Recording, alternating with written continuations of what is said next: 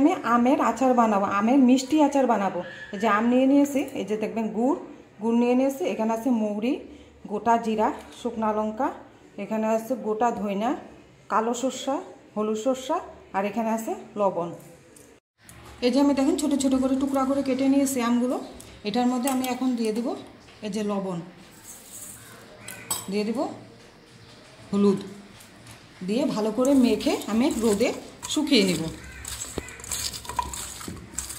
এই যে দেখেন আমি এখন রোদে শুকাইতে দিব। এই যে এইভাবে কেটে দিয়েছি।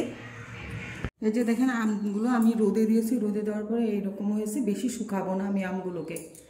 যে দেখেন কড়াইটা আমি বসিয়ে দিয়েছি, এখানের মধ্যে দেখেন গোটা ধইনা, এই যে কালো সর্ষে, হলুদ সর্ষে, আমি এগুলো সব ভেজে নিব এখন। আর এখানে আছে ওই যে মৌরি, গোটা জিরা, আর এই যে শুকনা লঙ্কা, সবগুলো আমি এখন ভেজে নিব, ভেজে ঠান্ডা করে গুঁড়া করে নেব। এই যে দেখেন সবগুলো আমাদের ভাজা হয়ে গেছে, এখন আমি এটাকে নামিয়ে দেব। এই যে দেখেন মশলাটা আমি গুঁড়া করে নিয়েছি, এখন আচারটা কিভাবে বানাবো সেটা দেখিয়ে দিচ্ছি। কড়াইতে আমি হালকা সরষের তেল একটু দিয়ে দিয়েছি, তেলটা গরম হয়েছে, এইগুলোর মধ্যে দিয়েছি মুড়ি সোমবার দিব। দেখেন হালকা লাল হয়ে গেছে, এর মধ্যে আমি দিয়ে দিচ্ছি এই যে আমগুলো।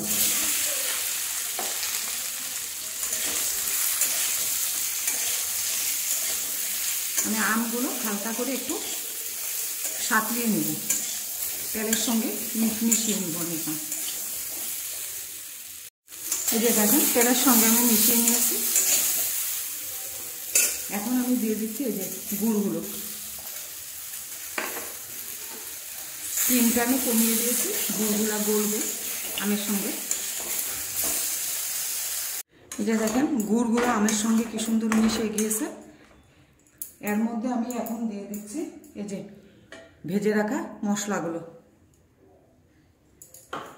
দিয়ে আমি ভালো করে মিশিয়ে নেব। লবণ আর হলুদটা আমি আগে আম কেটে শুকিয়েছি যখন, তখন দিয়েছি, এখন আর দিব না। যদি লাগে একটু লবণ দিব, না হলে দিব না। এই যে দেখেন কি সুন্দর আমের আচারটা হয়েছে। আমি অল্পটুকু লবণ দিয়ে দিই, লবণটা অল্প একটু কম হয়েছে, যার জন্য লবণ উপর দিয়ে দিচ্ছি। এখন লবণটা ভালো করে মিশিয়ে নেব।